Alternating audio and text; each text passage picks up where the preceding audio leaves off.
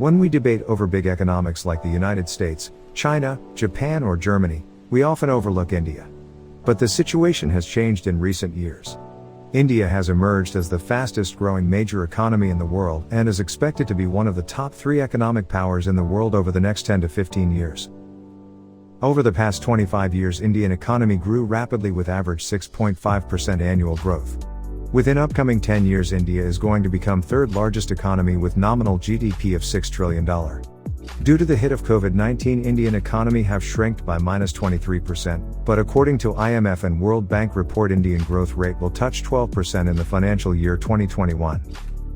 India's consistent economic growth will not just make this country an economic superpower, it will also transform this nation as a global power, and even it also may overtake China as well. Let's look into the financial history of India, to understand why it has such a potential. In 1947, India achieved its independence from Great Britain. Long years ago, we made a tryst with destiny, and now the time comes when we shall redeem our pledge, not wholly or in full measure, but very substantially. At the stroke of the midnight hour, when the world sleeps, India will awake to life and freedom. When Britain started ruling India, it used to contribute 24% of the global economy, and when they left in 1947, India's global economic share dropped to 4.2%. In 1947, India was an agriculture-based economy and highly ignorant about industrialization. This was the situation when modern India had started their journey. Indian economic policy after independence was influenced by the colonial experience, which was seen as exploitative by Indian leaders. And the first Prime Minister Jawaharlal Nehru followed the Soviet economic model to change the socio-economic situation. Domestic market policy tended towards protectionism, while trade and foreign investment policies were relatively liberal. Turning point. 1991 was the turning point for the Indian economy.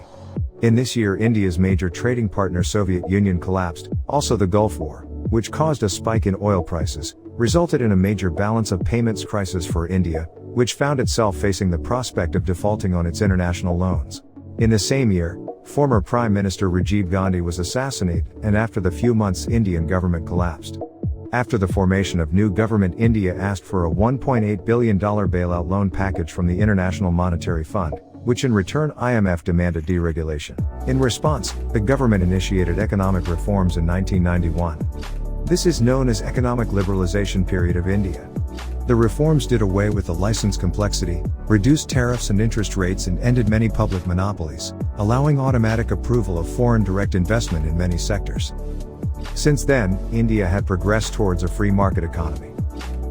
India had also faced many problems like nuclear weapon tensions with Pakistan, the global financial crisis in 2008 and many more.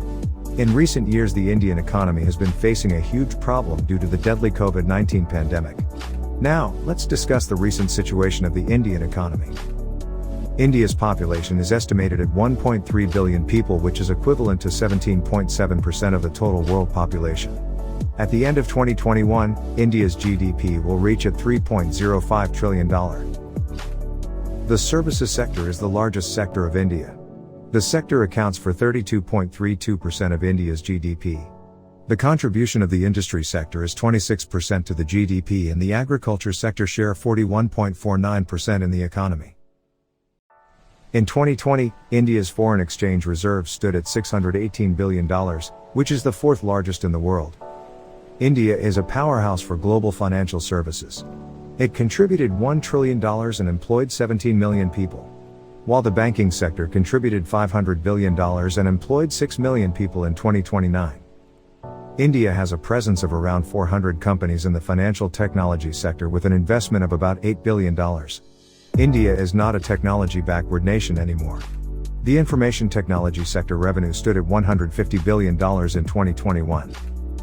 Manufacturing is an integral part of every modern economy.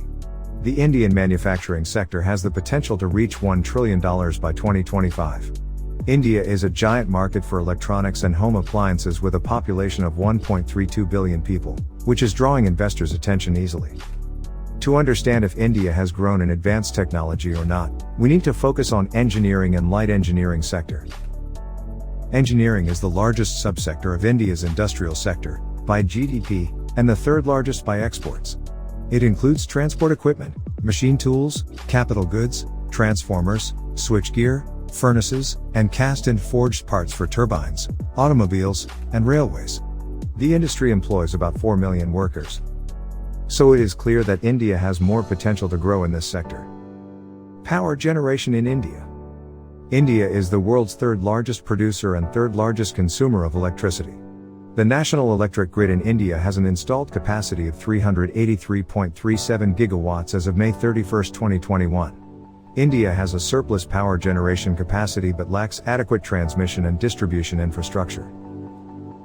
Currently, India has three major stock markets like the National Stock Exchange, Bombay Stock Exchange and Calcutta Stock Exchange with accumulated capital of $6.5 trillion. This indicates how strong India's corporate backings are. Conclusion. India can replace China's role in the global supply chain by becoming a global manufacturing hub. India has a huge growth potential which can lead the next global economic growth. But the lack of proper policy implementation and political instability could hamper India's growth. And COVID-19 exposed so many problems that can hamper India's growth. India is still a developing country, it has so many chances to develop. But in the long run, time will tell us the result. One of the biggest factors is that corruption is a big challenge for India. India is the 88th corrupt country out of 180 countries. Red tape is a big problem for setting up factories in India.